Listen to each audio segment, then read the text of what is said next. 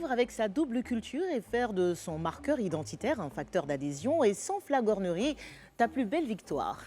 Ton attachement à ton pays, à ton continent, relève du lien maternel qui interroge ton introjection et surtout ton incorporation à ta terre nourricière. Tia, voici ton confessionnal. Es-tu prête à répondre à nos questions sans détour, hein? Bien sûr, bien sûr. Alors, 3 mots pour te définir, Tia. Je dirais courageuse, euh, profondément gentille et juste maman, quoi. Maman, ouais. Maman. Maman. Ce sont que des qualités là du coup, Tia. C'est quoi ton pire défaut?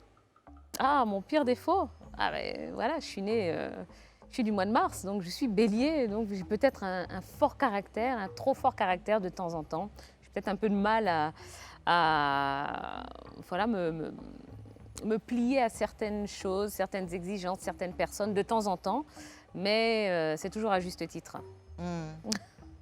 Le défaut que tes proches te pardonnent le plus facilement?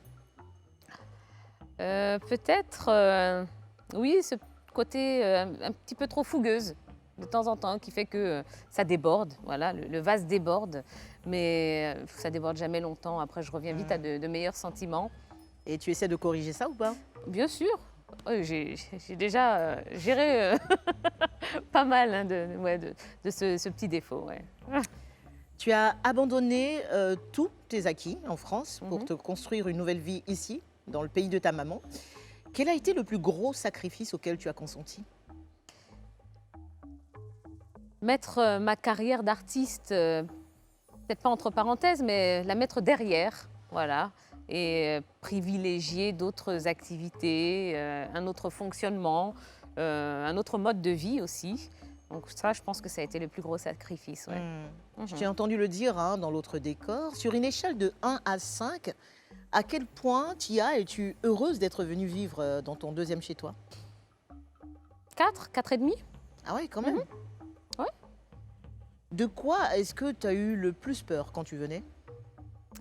De ne pas réussir à m'adapter et peut-être de ne pas avoir le même niveau de vie que j'avais là-bas.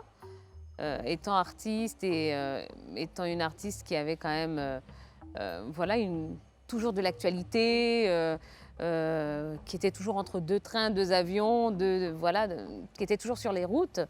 Là, je savais que ça allait être différent, donc peut-être la peur aussi voilà, de ne plus avoir ce niveau de vie, peut-être de manquer de quelque chose.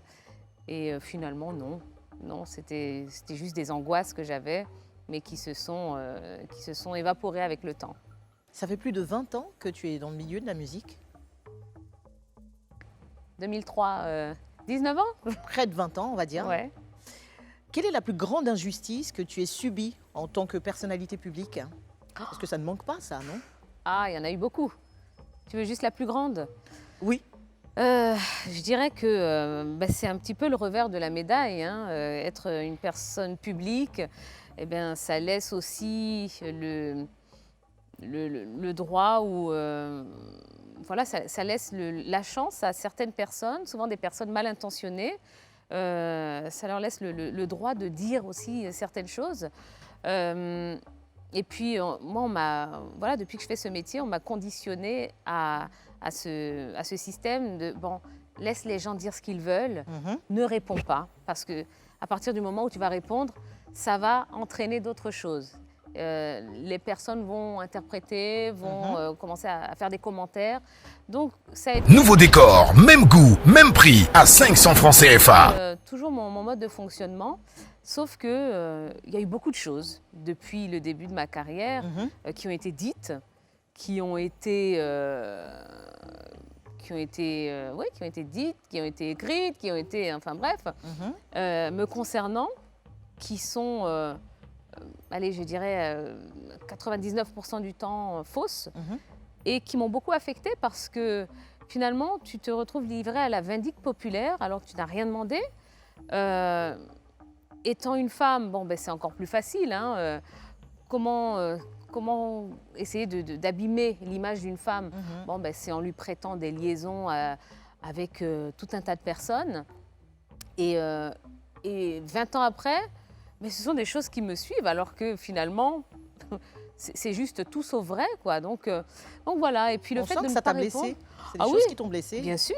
Et même aujourd'hui, hein, je veux dire, quand on me sort des inepties me concernant, quand on me parle de certaines choses qui me suivent depuis quasiment 20 ans, voilà, c'est un petit peu embêtant parce qu'aujourd'hui, je ne suis plus la gamine de 20 ans qui commençait et qui s'en fichait de tout ce qu'on pouvait lui dire, et puis qui était extrêmement entourée, hein, qui avait vraiment cette grosse carapace autour d'elle, un staff, une grosse équipe autour d'elle.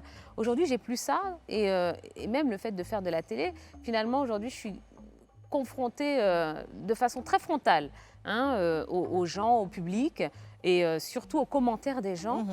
Et ça, c'est hyper difficile. Tu me donnes l'impression de vouloir en parler sans vraiment en parler, en fait. Oui, parce que si j'en parle ouvertement, si je mets des noms, si je donne des faits et autres, ça va réouvrir certaines choses. Ça deviendra un cercle vicieux. Exactement, et j'ai pas envie. Mais j'ai quand même besoin de dire aux gens que attention. Et aujourd'hui, avec les réseaux sociaux, c'est encore plus difficile.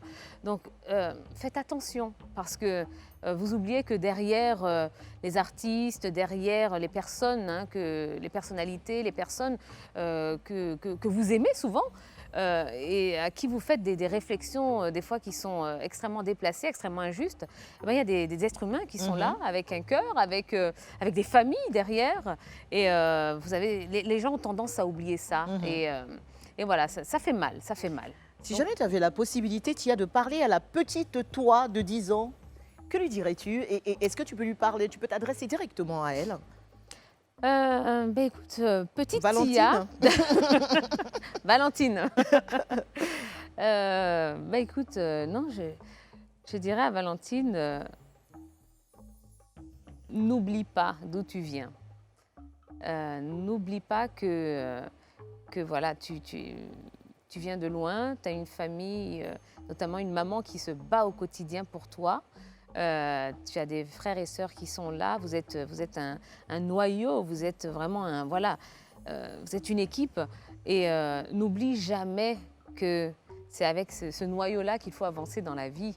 Les amis, les connaissances, c'est très bien, il en faut, c'est très important pour l'équilibre. Mais le plus important, c'est la famille. Et voilà, tout ce que tu fais aujourd'hui, fais-le en gardant tes valeurs, les valeurs que tes parents t'inculquent au quotidien.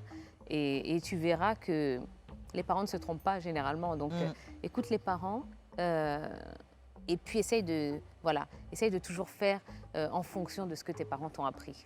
Voilà ce que je dirais. Au regard de ta vie de 39 ans, de quoi es-tu le moins fier aujourd'hui? Le moins fier? Oh, je sais pas, je dirais... je sais pas. Je suis peut-être pas très fière de... sacré col, là. Hein. Je suis pas fière de... Non, de peut-être certaines décisions que j'ai eu à prendre sous le coup de l'émotion, de la colère, parce que ça m'est arrivé, hein, et ça m'arrive encore de temps en temps. Donc, il y a peut-être des choses, je ne pourrais même pas en citer comme ça, mais oui, ça m'est peut-être déjà arrivé. Donc, peut-être que c'est ça, oui. Voilà, et aujourd'hui, je fais vraiment un travail là-dessus, à savoir ne pas prendre les choses très à cœur, prendre de la hauteur par rapport aux situations, par rapport aux problèmes, hein, qu'on rencontre au quotidien, et puis voilà, être plus relax, quoi, voilà. Et de quoi es-tu le plus fière? Ah ben, je suis une maman extrêmement fière de ses enfants. Ah ouais, c'est... Ben, mes enfants, vous savez, c'est toute ma vie. Hein, et Ta fille porte le nom de ta grand-mère? Ouais. Et mon fils, le nom de mon grand-père. Ok. Ouais. Mes grands-parents, hein, de Zouan, Maternelle. justement, De voilà. Du village. Du village. Oui, je suis extrêmement fière de mes enfants parce que voilà, plus ils grandissent, plus je me dis, ouais, j'ai fait quelque chose de bien dans ma vie. Un bon travail. J'ai bien travaillé. Et je suis extrêmement fière de mes enfants. Ils sont loin d'être parfaits, hein, mais ce sont toutes voilà, ces qualités et ces imperfections qui font qu'ils sont tellement uniques et tellement précieux à mes yeux que non, je suis une maman comblée, moi, je suis une maman comblée. As-tu été totalement sincère dans ce confessionnal, Tia? Totalement. Merci.